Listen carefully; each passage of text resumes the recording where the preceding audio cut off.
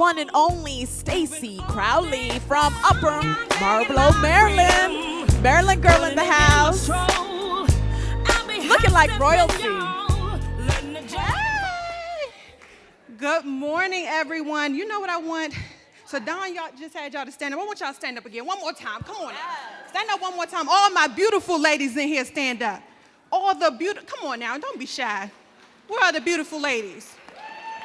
We're going to stand up. Okay. All right. So I want all my beautiful ladies to grab a partner really quickly. Grab a partner, okay? Really quickly. Okay. Beautiful men, too. I'm sorry. You beautiful, too. Beautiful men. Okay. Okay. All right. So beautiful man or woman. All right. I want the person on the right to turn to the person on your left and say, girl or man, you are fabulous. Okay, that felt good, right? Now the person on your left, turn to the person on your right and say, girl or man, you are amazing. Okay. Okay, so how did that feel? Do y'all feel amazing? Y'all feel fabulous? Okay, y'all go ahead and take y'all seats. Thank you. All right, so I actually did that on purpose. That was an exercise. You know, I wanted to see what you ladies or men, how did you see yourselves? I wanted to see if you would own your fierceness, because we all have it. Everyone in here is beautiful and unique in their own special way. You have so much to offer, and everything is going to be amazing, right? Life is amazing. I want to know another thing. Just think about it. When you guys wake up and you're doing your hair or shaving your beard, what are you telling that person in the mirror? Can everybody take a deep breath for me and exhale it out? Okay. Are you breathing life into yourself? Are you? Or are you muttering negative things that constantly break you down? Just think about that while I tell you a story. It was 1995. I think I just turned about 10 years old. And me and my cousins, it was about 5 or 7 of us. Typically, it's usually 14 of us. But at this time, it was 5 to 7 of us. And we were hanging out at our grandma's house, which we typically did every summer around this time. I mean, we had a ball. We had the homeless guy in the neighborhood named Earl, who will open the fire hydrant for us, at least once a week. Okay, we need to cool down, okay? We skated up and down the street, not past Miss Gloria's house, though, okay? And go past her house. We played Mother May I. We did freeze tag. I mean, we did everything. We had a ball. And every Monday, we would be looking out the window, waiting to see Aunt Marianne come out that alleyway with her Dodge Caravan. She was about to take us to our favorite 3 spots, which was, we started at breakfast at Shoney's or Bob's Big Boy. Y'all know about that. Then we would go horseback riding in Waldorf, and we would go to the thrift store in, was it Camp Springs, Maryland?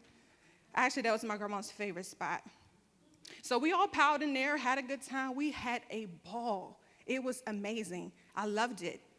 Every single summer with my cousins.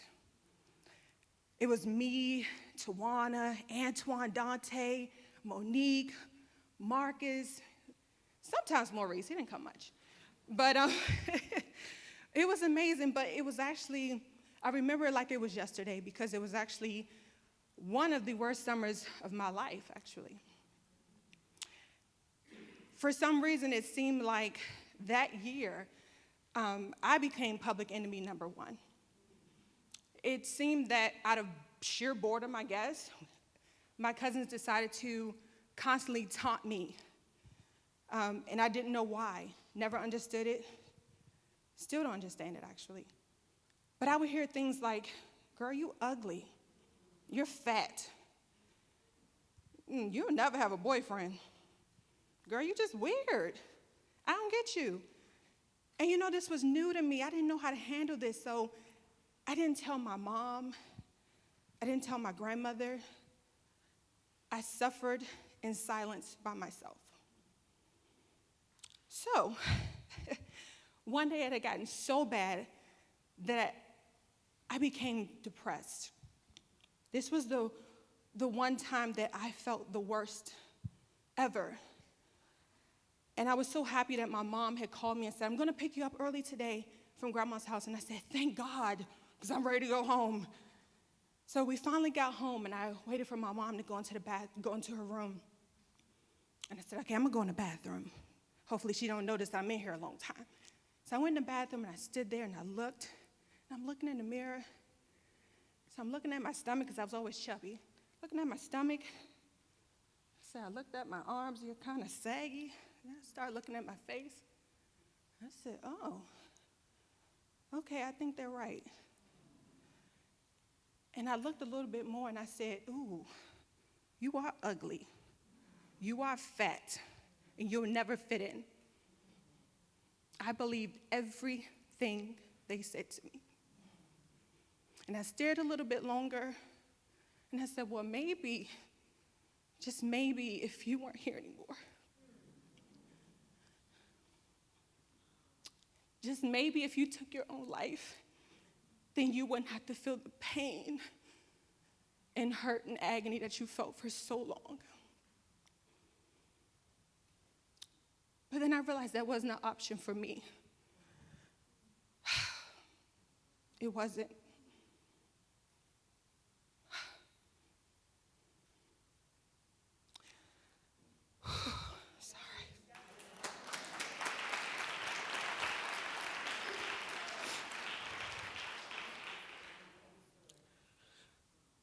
So the summer had ended, but the taunting actually continued for years, even to high school.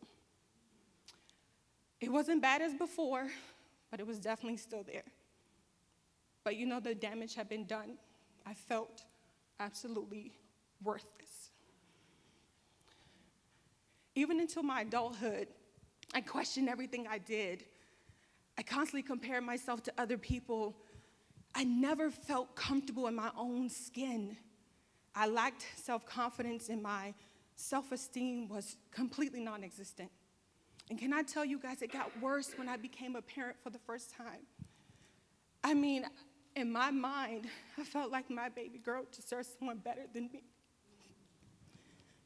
And even though I gave her 120% of me, it wasn't enough in my eyes. It wasn't until I had my second baby that I realized, you know what? I'm tired of waddling in this mess, this depression, feeling broken, feeling less than. I knew I needed to heal from my past because I needed to be the example that my girls need to see. So there was one night I was sitting in my living room, just sitting quietly. And God spoke to me in my silence, and he said, Stacy, why can't you see yourself the way I see you? In that moment, my life had changed, y'all.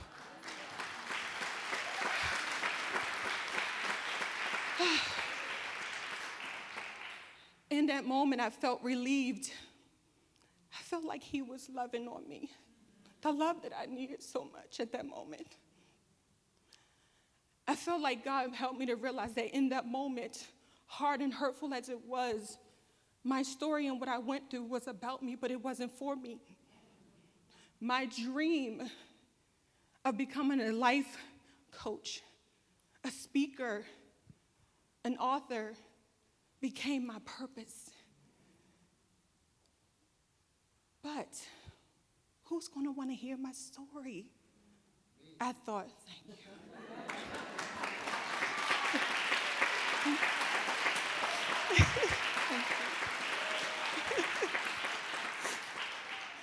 Who's going to want to hear what I have to say? Can I actually do this? Am I going to do it? Is it going to make sense? Is it going to be good enough? And yet again, that negative head trash in my head was messing me up and getting in the way of God's blessing for my life. So I am so proud to stand in front of you today, living my dream. I feel beautiful. I feel absolutely amazing and strong.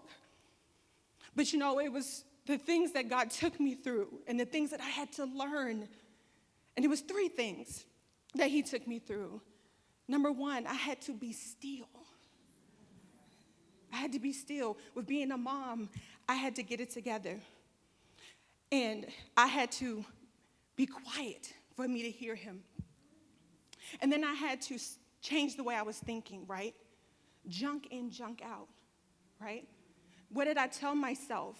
I put up positive affirmations everywhere so that I know that I'm continually building myself up. And number 3, I had to stop comparing myself to everybody in their journey. Because mine is mine. It was for me, it's for me. So I challenge you today that if you've ever been through this situation, I want you to understand that God has you. And that you need to be gentle to that woman in your mirror because she needs you. Write down positive affirmations for yourself so that you breathe life into yourself every single day. Know that you're going to have negative head trash in your head, but you are more than enough. You are destined for greatness, and you are amazing. And the next time you say, and you look at yourself, say, I am phenomenal, amazing, and I want nothing but God's best for me. Thank you. Stacy, I need a hug. I'm so inspired. Amazing.